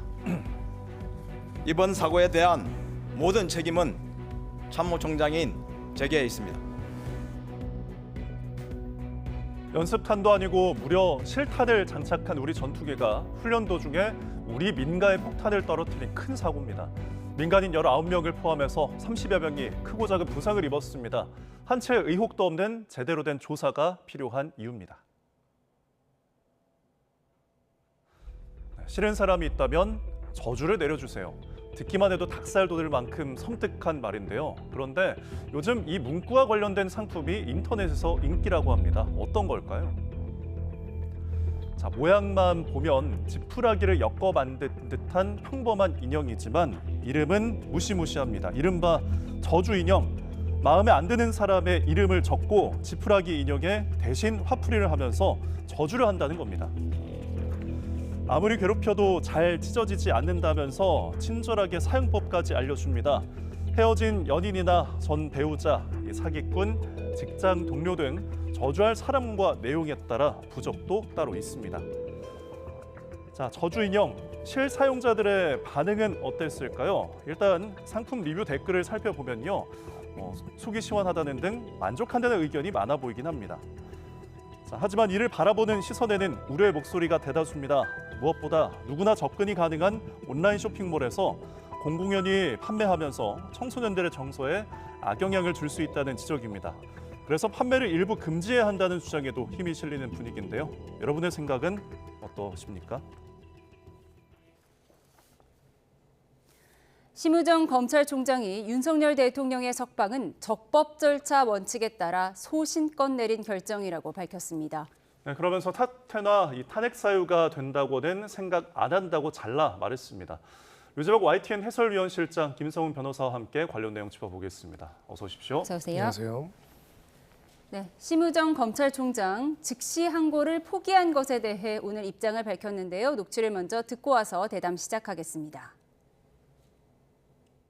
보석과 구속 집행 정지, 또 구속 취소에 대한 즉시 항고 제도는 52년 전에 이른바 유신 헌법 시절 국회를 해산하고 비상 입법 기구에 의하여 도입된 제도인데 기존의 헌법재판소에 의해서 보석과 구속 집행 정지에 대한 즉시 항고는 2차례 위헌 결정이 있었습니다. 법원의 인신 구속에 관한 권한은 법원에 있다는 영장주의와 적법 절차의 원칙, 과잉 금지의 원칙에 위반하기 때문에 위헌이라는 명확한 판단이 있었고 그러한 위헌 판결의 취지를 따라서 즉시 항고하지 않은 것입니다. 수사팀의 반발도 컸다면서요? 수사팀은 수사팀의 의견을 제출하였고 저희 대검의 부장회의 등을 거쳐서 모든 의견을 종합해서 제가 판단을 한 것입니다. 제가 수사팀 또 대검 부장회의 등 여러 의견을 종합해서 적법 절차의 원칙에 따라서 소신껏 결정을 내린 것인데 그것이 사퇴 또는 탄핵의 사유가 된다고는 생각하지 않습니다. 네, 적법 절차 원칙에 따라 소신껏 결정을 내렸다. 네, 심우정 총장의 주장 내용을 한번 정리해 주시죠. 네, 뭐 조금 전에 직접 인터뷰가 있었지만 내용이 좀 어렵죠. 한마디로 얘기하면 모든 의견을 여러 곳에서 수렴을 했고 그렇기 위해서 그 수사팀하고도 회의를 했고 대검 부장회의도 열었고 그래서 의견을 다 종합했고 법에 어긋나지 않게 자기의 양심에 따라서 결정을 했다. 그렇기 때문에 탄핵당할 이유가 없고 이렇게 생각을 한다는 것이고요. 탄핵은 국회가 하는 것이기 때문에 탄핵을 국회에서 의결하게 되면 자기는 그 절차에 따라 대응하겠다. 그러니까 한마디로 자신은 잘못이 없다. 근데 이제 문제는 조금 더 하나하나 풀어보겠지만 이런 그 검찰총장의 직접적인 의견 표명에도 불구하고 많은 의견들이 나온다는 게 문제가 있죠. 상당히 예외적이란 반응도 많고 해서 그건 하나하나 좀 풀어보는 게 좋을 것 같습니다. 예, 검찰이 이제 즉시 항고를 포함해서 이제 항고를 포기했잖아요. 법조계 분위기는 좀 어떻습니까? 네, 사실 법조계 모든 사람들의 의견은 또 다를 수도 있겠지만 기본적으로는 검찰이 법에 정해져 있는 권한을 포기한 사례는 거의 없다는 것은 팩트이다 이렇게 볼 수가 있을 겁니다. 대표적으로 이제 지금 구속 취소에 관해서는 형사소송법에서 명확하게 검사가 즉시 항고할 수 있다는 권한을 두고 있고요. 그런 부분에 있어서는 법률에 명확하게 규정되어 있는 권한을 이제 행사하지 않는 경우들이 굉장히 드물다라고 볼 수가 있고 두 번째로는 지금 현재 형사소송법의 명확한 규정이 아직 유효하게 존재를 한다면 이거를 법률 합헌성의 추정의 원칙이라고 합니다. 특별하게 입법부에서 만든 법률은 합헌적인 것으로 추정을 하고요. 그 부분에 있어가지고 구체적으로 헌법재판소에서 위헌 법률 심판 등을 하거나 그래서 위헌으로 결정 내리기 전까지는 국가기관은 그것을 합헌적인 법률로서 그 법률에 따른 행정을 집행을 해야 합니다. 그럼에도 불구하고 이 사안이 굉장히 이례적이다라는 결정으로 보는 이유는 아직 이 조항에 대해서 위헌 판단이 나온 적이 전혀 없고 심지어는 거기에 대한 문제 제기가 직접 있는 상황도 아닌 상황에서 이 법률과 구속 취소와 유사한 구속 집행 정지 보석 등과 관련돼서 과거의 헌법재판소에 판례가 있었기 때문에 이 법률 조항도 위헌일 가능성이 있어서 여기에 따른 권한을 행사하지 않는다라는 그런 입장을 밝혔다는 점에서 이례적이다 이런 지적이 있는 것이고요. 그러니까 과거 보석이나 구속 집행정지에 대해서 즉시 항고를 내린 것이 위헌이라는 판결이 있었고 이와 유사한 구속 취소에 대해서는 즉시 항고를 해도 위헌이라는 판례가 없었다는 거잖아요. 네. 그러면 구속 집행정지와 구속 취소가 정확히 어떤 차이가 있길래 이런 논란이 있었던 걸까요? 네, 이 부분과 관련돼서 이미 2015년에 그 법사위에서 형사소송법 개정안을 가지고 논의를 할 때 논의가 된 적이 있었습니다. 아까 말한 것처럼 심우정 검찰총장이 이야기한 것처럼 지금 이러한 즉시 항고권에 관해서는 과거부터 이제 유신헌법 때부터 있었다라는 규정이 있긴 하지만은요. 하지만 절차적으로는 보석 같은 경우에는 우리 필요적 보석, 임의적 보석이라는 제도가 있고요. 일정한 제한하에 잠깐 구속 상태를 풀어주는 게 보석입니다. 그러니까 일시적인 보석이라고 볼 수가 있고요. 구속 상태의 해제라고 볼 수 있고요. 구속 집행정지는 대표적인 게 부모의 문상, 장례를 치르거나 이제 장례를 이제 소위 말해서 치르거나 아니면은 수술 등을 이유로 해가지고 아주 일시적이고 제한적으로 이제 구속을 집행을 정지하는 겁니다. 자, 기본적으로 이거와 구속 취소의 차이점은 구속 취소는 이번에도 봤다시피 소급적으로 구속의 효력을 사실상 상실시키는 거나 마찬가지인 효과가 발생을 하고요. 그렇기 때문에 구속 집행 정지는 굉장히 단기간에 이루어지는데 이거를 만약에 즉시 항고를 통해서 막게 되면 사실상 구속 집행 정지를 하는 법원의 결정이 침해될 수 있다. 이런 부분에 있어서 그렇죠. 이게 이제 위헌 판결의 주된 이유였고요. 2012년에 이 결정이 내려졌습니다. 그리고 2015년에 이 부분과 관련해서 형사소송법이 한번 개정이 되면서 자, 이런 결정이 있었으니까 이 부분을 어떻게 다시 바꿔야 하냐는 논의가 있었고 당시 법무부에서는 명확하게 구속 취소는 구속 집행 정지 같이 일시적인 인신의 구속을 해제하는 것과는 절차적으로 완전히 다르고 신병을 완전히 풀어주는 것이고 도의 말해서 이번에도 나온 것처럼 무슨 접근 제한이라든지 이런 것들이 전혀 없이 해주는 거기 때문에 이 부분에 대해서는 다시 한번 이제 즉시 항고를 다툴 수 있는 권한이 필요하고 기존의 위헌 결정은 이 내용과 적극적으로 직접적인 연관이 없기 때문에 이 조항을 살려둘 필요가 있다라는 의견을 당시 김지현 차관이 제기를 했습니다. 그래서 거기에 따라서 15년도 개정에서도 삭제되지 않고 그대로 넘어왔던 조항이고요. 이 점 때문에 이제 이례적이라고 하는 겁니다. 이게 위헌 결정이 만약에 지난달에 있었다. 그럼 그럴 수도 있는데요. 2012년이면 12년 전에 있었고 그 사이에도 형사소송법이 여러 차례 개정이 됐으면서 한번 논의된 적도 있고 이 결정과 이 조항의 합헌성 사이에는 문제가 없다라는 정부 차원의 입장을 밝힌 상황도 있었는데 이런 상황에서 아직 이 부분이 명확한 결정이 내려지지 않은 상황에서 위헌일 수 있기 때문에 아예 그 권한을 행사하지 않겠다라고 한다는 점에 있어서는 과연 그럼 이렇게 위헌 결정이 내려지기 전에 법에 있는 규정 자체를 위헌으로 스스로 검찰에서 판단해서 권한 행사를 안 한 적이 있는지 그런 선례들이 과연 있는지 제가 알기로는 없기 때문에 이례적이다는 평가가 나올 수밖에 없습니다. 과거 사례와 차이점을 좀 짚어주셨는데 지금 또 일각에서 검사장 회의 때문에 이 구속기간을 넘겼다는 비판이 있는데요. 이에 대해서도 심우정 총장이 반박을 했습니다. 듣고 오시죠. 국가적 중대 사안에 대해서 저희의 처분 방향이나 법률적 쟁점에 대해서 의견을 충분히 듣고 판단을 하기 위해서 검사장 회의를 연 것입니다. 검사장 회의가 구속 취소 결정의 원인이라는 주장에는 제가 전혀 동의할 수 없습니다. 자, 이제 검사장 회의에 대한 이제 그 반박을 했는데 이게 통상적인 일인가요? 네, 기본적으로 이제 일반적인 사건에서 검사장 회의까지 해가지고 기소 여부를 결정하지 않습니다. 그만큼 이제 중대한 사건이어서 검사장 회의를 했다라는 것이고요. 자, 이거 자체는 저는 뭐라고 할 수는 없다고 생각을 합니다. 중대한 이제 결정에 있어가지고 여러 검찰 구성원들의 의견을 모아가지고 하는 것 자체는요. 다만 구속 취소 결정문의 원인을 보면은요, 지금 불과 열 몇 시간 정도. 시간이 초과가 돼서 영장 효력이 끝난 다음에 기소했기 때문에 이 부분을 중요한 원인 중에 하나로 삼아가지고 구속을 취소했습니다. 시간을 넘겨서 구속이 취소됐다. 이것은 팩트인가요? 라고 하면 팩트입니다. 왜냐하면 결정문에 정확히 그렇게 써있기 때문입니다. 그럼 두 번째로 왜 시간을 넘겼을까요? 라고 한다면 바로 기소 여부들을 결정하는 데 있어서 당시에 어떤 절차들이 있었을 때 봤을 때 이런 절차들이 있었다는 것이죠. 그렇기 때문에 이런 구속 취소 결정을 받아내기 위해서 고의적으로 검사장 회의를 열은 것은 아니다라고 이야기를 할 수는 있겠지만은 여기에 대해서 이제 이런 질문이 나올 수밖에 없게 되는 거는 즉시 항고를 포기했기 때문이 아닐까라는 생각이 듭니다. 형사소송법에 명확하게 규정이 있고 거기에 대해서 검찰이 즉시 항고로서 다툴 수 있는 권한을 보장해주고 있고 그 조항이 아직 위헌으로서 판단된 적이 없는데 여기에 대해 가지고 기존의 선례 단 한 차례도 없었던 선례인 시간의 기준으로 해서 구속 시간을 판단한다는 내용들로 내려진 구속 취소 결정에 이의를 제기하지 않기 때문에 이것이 마치 처음부터 이 구속 자체 자체에 대해서 구속 자체의 효력을 부인할 수 있는 사안을 작출한 게 아니냐라는 그런 의문과 문제 제기가 있는 것이라 볼 수 있는 것이죠. 말씀하신 사안 때문인지 즉시항고를 포기하는 과정에서 수사팀과 또 검찰 수뇌부 사이에 충돌이 있었다고 전해지잖아요. 그 부분 정리해 주시죠.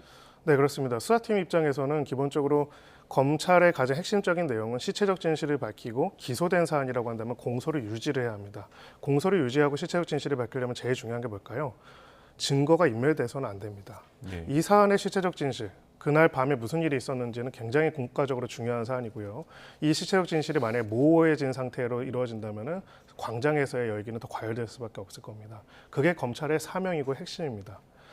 지금 우리가 이 결정문을 봤을 때 구속 취소 결정문에서 증거인멸의 우려가 있다. 증거인멸의 우려에 대해서 검찰은 이렇게 이야기하지만 나는 이렇게 판단한다. 이런 내용이 한 문장이 아니라 한 글자도 들어가 있지가 않았습니다.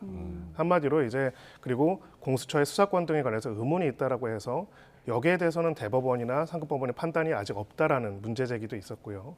근데 이런 상황에서 사실 즉시항고를 안 하게 되면은 지기현 판사는 이 부분에 대해서 대법원의 판단과 선례가 없다라고 이야기를 했지만 사실상 지기현 판사의 구속 취소 결정이 대법관의 결정과 같은 효과가 발생하는 그런 내용들이 발생하고 항고를 포기했기 때문에 맞습니다. 마지막으로는 이것이 결론적으로는 이렇게 됐을 경우에 도주 및 증거인멸의 우려가 있다라고 해서 발부된 영장이고 그 필요성을 계속 검찰이 이야기를 해왔는데 지금 현재 증거인멸을 막을 수 있는 구체적인 장치 하나도 없습니다.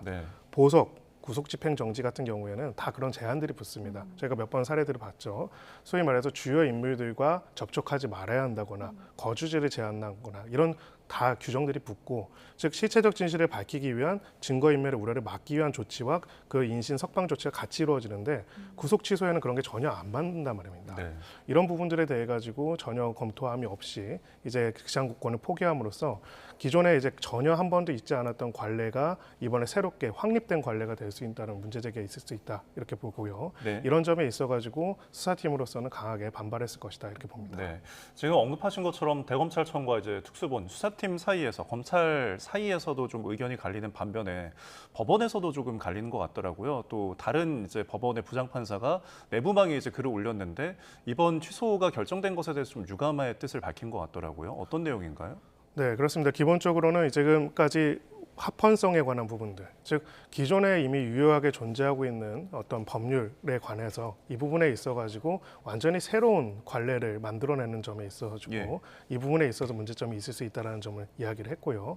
무엇보다도 지금 이 구속 취소 결정이라는 것이 기존의 관례에서 완전히 반한 이제 체포는 시간으로 측정을 합니다. 48시간. 근데 구속은 다 일자로 되어 있습니다. 근데 갑자기 시간이라는 새로운 이제 관례를 벗어나는 얘기를 도입했다는 점에 있어서도 문제가 있다라고 판단했고요.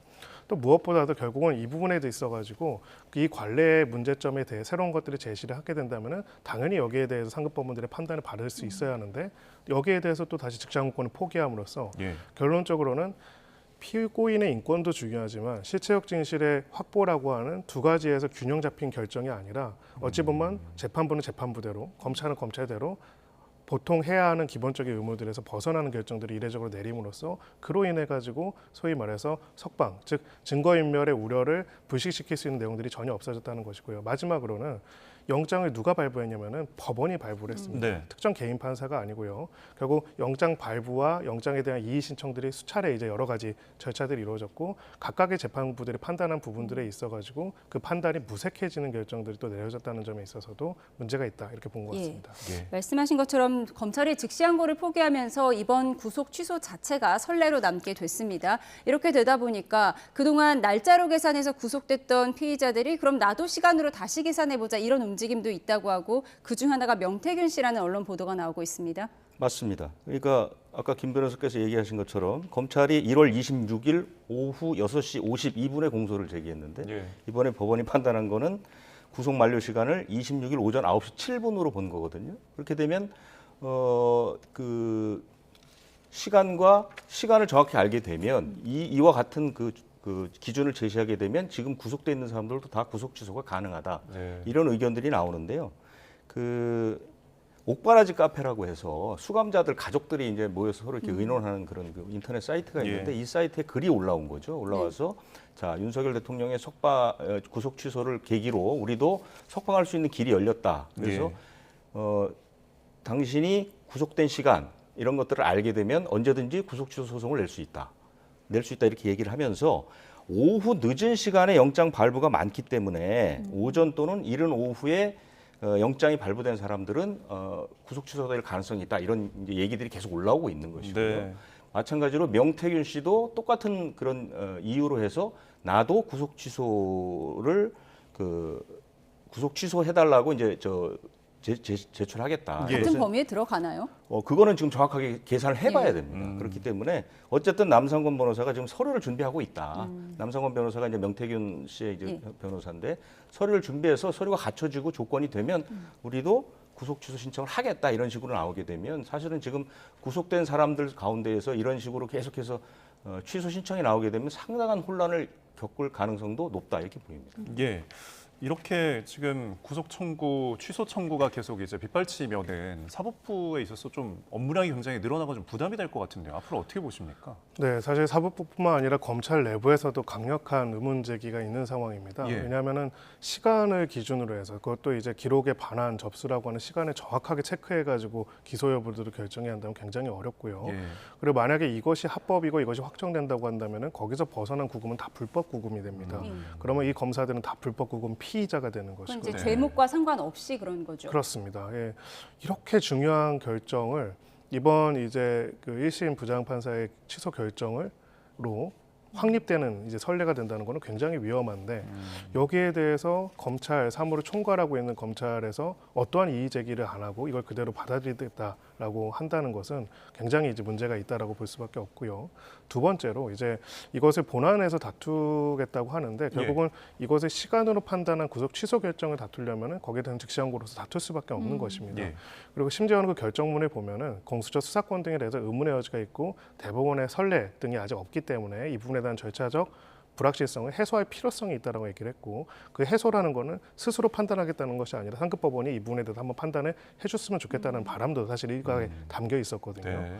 그런데 즉시항고를 안 하다 보니까 결국 이 부분에 대해서 판단을 아예 못 받게 되는 이슈들이 발생을 한 것입니다. 아까 말씀드렸다시피 구속 취소와 구속 집행정지는 성격이 완전히 다른 겁니다. 부모의 장례 때문에 2, 3일 있다가 돌아오는 거를 만약 즉시항고를 해가지고 한 달 동안 안 풀어주면 그건 어떻게 장례를 치르겠습니까? 이건 예. 사실상 구속 집행정지 자체를 무력화할 수 있는 거기 때문에 여기에 대해서 위헌이 나온 것이고요. 구속 취소라는 거는 기본적으로 이 부분에 있어가지고 나머지 실체적 진실을 확보하기 위한 조치들을 사전적으로 할 수 있는 게 전혀 없는 부분들이 있습니다. 그래서 여기에 있어가지고 앞으로 대부분의 이제 체포적 부심, 구속적 부심을 신청을 하면서 또 시간에 대해서 검사가 정확하게 판단하기 어려운데 거기에 따라서 공소를 준비하거나 과거에 있어서도 불법 구금으로 책임을 질 수 있는 굉장히 위험한 사안들이 있기 때문에 어떤 이 사안의 정치적인 성격을 떠나서요. 이런 식의 방식의 규정이 앞으로도 맞고 확립된 것인지를 검찰 차원에서 명확히 밝혀달라라는 검찰 내부의 목소리도 많은 상황입니다. 그런데 이번에 구속 취소 결정 내린 재판부가 본안 재판도 담당을 하고 있잖아요. 이렇게 절차적 흠결을 얘기를 했다면 공소 기각 가능성도 있다. 이런 얘기도 일각에서 나오던데요. 어떻게 보세요? 네, 결국은 이제 거기서 두 번째 이유로 제시한 공수처가 수사권이 있는지에 대한 의문이 공소 기각의 이유가 될 수 있다라는 이야기로 보입니다. 예. 당연히 이제 지금 재판부는 결국 공수처에 수사권이 있는지 의문이 있다라는 점을 표명을 했기 때문에 그 의문이 의문을 넘어서서 그렇게 판단을 한다면 공소 기각의 가능성도 있다라고 생각을 합니다. 네. 다만 이제 여기서 두 가지는 구분할 필요가 있다고 생각을 합니다. 결국은 수사권이 인정될 수 있는지에 대해서 명확한 선례와 판단이 없기 때문에 의문이 있다는 부분과 그 수사권에 대한 판단에 따라 가지고 그것이 피고인의 방어권을 실질적으로 제한하는지는 구분해서 판단할 것이라고 보고요. 결론적으로 이것이 피고인의 방어권을 본질적으로 제한하는 것으로서 이 공소를 기각할 만한 정도에 이른다고 생각했을 때 공소 기각이 될 거다 이렇게 생각을 합니다. 예. 이거를 조금만 풀어서 설명을 드리면요. 수사권의 배분이란 거는 각 기관들 간의 권한을 배분하고 견제하기 위해서 만들어진 겁니다. 만약에 경찰이 봤을 때는 이 사람은 아무 잘못이 없고 문제가 없는데 공수처가 갑자기 나와서 가지고 무리하게 경찰이 수사권 있는 수사권도 없으면 수사를 해가지고 잡아서 체포를 한 다음에 기소를 했다. 이런 경우들이 가장 대표적이죠. 피고인의 방어권을 침해하기 때문입니다. 네. 하지만 이 사건에 돌아와서 보면은 경찰도 수사를 진행했고 검찰도 수사를 진행했고 공수처도 수사를 진행했고요. 심지어 경찰 같은 경우에는 이제 공수처와 공조본을 구성해가지고 수사를 진행하기도 했었습니다. 그렇기 때문에 기본적으로 이것이 수사권에 대해서 의문의 여지가 있다고 하더라도 이 수사권의 이슈가 피고인의 방어권 행사에 있어서 본질적인 부분을 침해한 부분이 있는지 즉 경찰이 수사했다면 뭔가 달라지는 부분들이 있는지 이런 예. 부분들이 공소 기각 여부를 결정하는데 실질적 쟁점이 될 것이다 이렇게 볼 수 있습니다. 예, 형사 재판의 영향성에 대해서 좀 짚어주셨습니다. 자, 그리고 이제 헌재 최종 탄핵 심판 선고를 앞두고 있습니다. 그래서 이 헌재는 영향이 있을지 없을지에 대한 궁금증도 있는데 일단 헌재에서는 영향이 없을 것이라고 밝혔거든요. 뭐 선고 기일이 미뤄지거나 뭐 이런 부분에 대해서 어떤 뭐랄까요 영향성은 없을까요? 네, 기본적으로 헌법재판이라는 게 어떤 것인지 판단해 보면은 결론이 나올 것이다 이렇게 생각을 합니다. 네. 대통령 직무를 수행하던 중에 헌법과 법률을 중대하게 위반했는가라는 것을 보는 것이고요. 탄핵 소추 의결이 통과됨으로써 직무가 정지가 됐습니다. 이번에 구속 취소 결정에 나와 있는 각각의 사유들은 이후의 수사 과정, 이후의 기소 과정에 관한 내용들이고 대통령으로 재직 중에 어떤 직무와 관련된 구체적인 판단들은 존재하지 않는 상황입니다. 나머지 하나 이제 방론으로서 있을 수 있는 거는 뭐 공수처의 수사권과 관련된 종국적인 결정이 만약에 있다고 한다면은 공수처의 수사 자료가 또 주요한 증거 자료 채택됐을 때 문제가 될 수 있는가를 봐야 하는데 현재로서 확인된 바로는 공수처에서 수사한 자료들이 헌재에 증거로 제출이 되거나 채택되지는 않은 것으로 보이기 때문에 본질적으로는 대통령의 직무 수행 중에 비상계엄 형태로 통해서 이제 입법권을 침탈하고 이런 부분들에 대한 헌법재판소의 판단에 직접적 관련성은 없다라고 볼 수 있습니다. 네, 헌재 판단에 직접적 연관성은 없을 것이다라고 짚어주셨는데 윤석열 대통령 측에서 헌법재판소에 헌법학자들의 의견서를 제출하면서 10가지 절차적 문제가 있다고 주장을 했어요. 어떤 주장이죠? 네, 교수가 7명 참석을 했고 헌법재판소의 첫 번째 헌법재판연구원장을 했던 허영 교수가 이제 10가지 얘기를 했는데요. 예. 기존에 그 윤석열 대통령 변호인단에서 주장했던 내용들을 총망라했다고 보시면 되겠습니다. 예. 첫 번째는 이제 국회가 헌법상 내란죄 성립 여부를 탄핵 소추 사유로 다투지 않겠다 이렇게 제출한 부분도 문제를 삼았거든요. 이게 소추의 동일성을 상실했고 소추 사유 철회에 국회 결의가 없어서 부적법이다. 그래서 탄핵 자체가 사기가 될 수 있다. 뭐 이렇게 이런 주장도 했었고요. 한국 헌법학회장을 역임했던 지성호 교수는 지금 심리가 11번 열리지 않았습니까? 터무니없이 적다. 심리 11번 가지고는 심리 미진이다. 이것도 안 된다라는 것도 있고요. 심지어 그 이호선 국민대 법과대학장은 헌법재판관의 공정성, 그러니까 이미선 정계선 재판관이 진보 성향이다. 그래서 심리를 회피해야 되는데 지금 심리를 하고 있다. 이런 식으로 해서 문제를 삼는 겁니다. 가족관계 등에서 그렇습니다. 문제를 제기한 지금까지 거죠? 쭉 계속해서 윤석열 대통령 변호인단이 주장했던 내용들 이런 것들을 다 망라해서 제출을 했는데 참고 자료의 성격입니다. 알겠습니다. 자, 헌법학자들의 주장들 정리한 거 들어봤는데 법조계에서는 좀 의견이 어떻습니까? 네, 사실 뭐 헌법학자들도 의견들이 갈리는 부분들이 있을 거고요. 예. 법조계에도 달리는 부분들이 있겠지만은 기본적으로는 무엇이 기준인지를 먼저 볼 필요가 있을 것 같습니다. 네. 우리가 잠깐 이제 어떤 부분에 대한 공정한 판단을 하기 위해서는 소위 말하는 무지의 배일로 들어갈 수가 있거든요. 그러니까 한마디로 어떤 특정인이 아니라 특정인이 아닌 이 나라의 대통령의 권한으로서 어떤 행동을 할 수 있는 건지에 관한 부분이죠. 즉 대통령이 정치적인 어떤 교착 상태를 해소하고 정치적인 부분들에 있어서의 압박감을 느끼는 상황에서 비상계엄을 선포해서 군부에 의한 통치들을 잠시라도 아니면 그것을 영구적으로 할 것인지는 밝혀야겠지만은 시도를 하고 그걸 바탕으로 해서 군부대와 경찰을 국회에 전개시키고 또 국회의원들에 대한 계엄 해제 의결을 막고자 이거는 물론 피고인 쪽에서는 다투고 있지만은요 지시할 수 있는 권한이 존재하는가 그런 행동을 했을 때 거기에 대해서 우리 사법부가 헌법재판소가 판단할 수 있는가가 객관적인 쟁점일 겁니다. 저는 여기에 대해서는 정치 진영을 떠나서 보자면은 명확한 근거들과 규정이 있을 거라고 생각을 하는 의견이 전부 다 많다 이렇게 생각을 합니다. 즉 대통령의 권한이 제왕으로서의 주는 권한이 아니고 삼권 분립상 매우 제한적인 국민이 위임한 권한이기 때문에 그 권한의 헌법적인 한계를 넘어가지고 다른 권한을 무엇보다도 군사력과 물리력으로 침탈할 수 있는 것을 허락하고 있지 않다는 것이죠. 군부대를 내부의 정치적인 문제 해결을 위해서 동원하는 것을 대한민국이라는 민주공화국이 허용할 것인가? 앞으로도 허용할 것인가? 그렇지 않을 것인가? 결국 기준은 그거라고 저는 생각을 합니다. 예. 앞으로도 대통령이 군부대를 동원해서 정치적인 목적을 달성하는 것이 허용될 수 있다. 그것은 대통령의 정당한 권한이다. 이렇게 판단하는 법률가들, 헌법학자들이 있다면은 우리나라의 헌법재판소도 그런 결정을 내릴 것이고요. 앞으로도 그런 모습들을 자주 볼 수 있을 것입니다. 하지만 그렇지 않다고 한다면요. 민주공화국의 기본 질서상 국군은 국민을 지키는 외적을 방해하는 데 쓰여야지 내부적인 정치 문제에 동원돼서는 안 된다는 것이 우리의 헌법 질서라고 생각하고 그렇게 판단하는 법률가들 입장에서는 이것은 인정할 수 없을 겁니다. 예, 다양한 헌법학자들의 주장 그리고 법조계 분위기까지 정리를 해봤습니다. 지금까지 유재복 YTN 해설위원 실장 김성훈 변호사와 함께 짚어봤습니다. 두 분 고맙습니다. 고맙습니다. 포근한 봄 날씨 속 서울 등 수도권은 공기가 탁합니다. 현재 인천과 경기 남서부에는 초미세먼지 주의보도 내려져 있는데요. 내일도 대기가 정체되면서 수도권과 충남은 종일, 영서와 충북은 오전 한때 초미세먼지 농도가 짙게 나타나겠습니다. 여기에 내일 새벽부터 아침 사이 경기 북서부에는 짙은 안개도 끼면서 시야가 더욱 답답하겠습니다. 출근길 교통안전에 각별히 유의하시기 바랍니다. 한편 전남 남해안과 제주도에는 내일 새벽부터 오후 사이 5에서 10mm의 비가 조금 내리는 곳이 있겠습니다. 내일 아침 기온은 오늘보다 1에서 3도가량 높겠습니다. 서울 3도, 청주 2도, 부산 7도가 예상됩니다. 내일 낮 기온은 예년 기온을 5도 이상 크게 웃돌겠습니다. 서울 16도, 광주 17도, 대구 18도까지 올라 일교차가 크게 벌어지겠습니다. 날씨였습니다.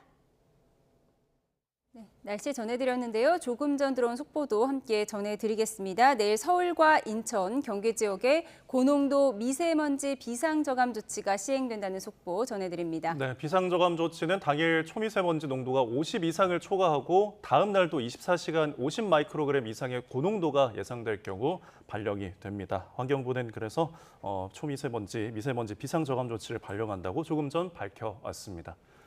네, 추가되는 소식은 이어지는 뉴스에서 전해드리겠습니다. 월요일에 전해드린 뉴스는 여기서 마치겠습니다. 함께해 주신 여러분 고맙습니다.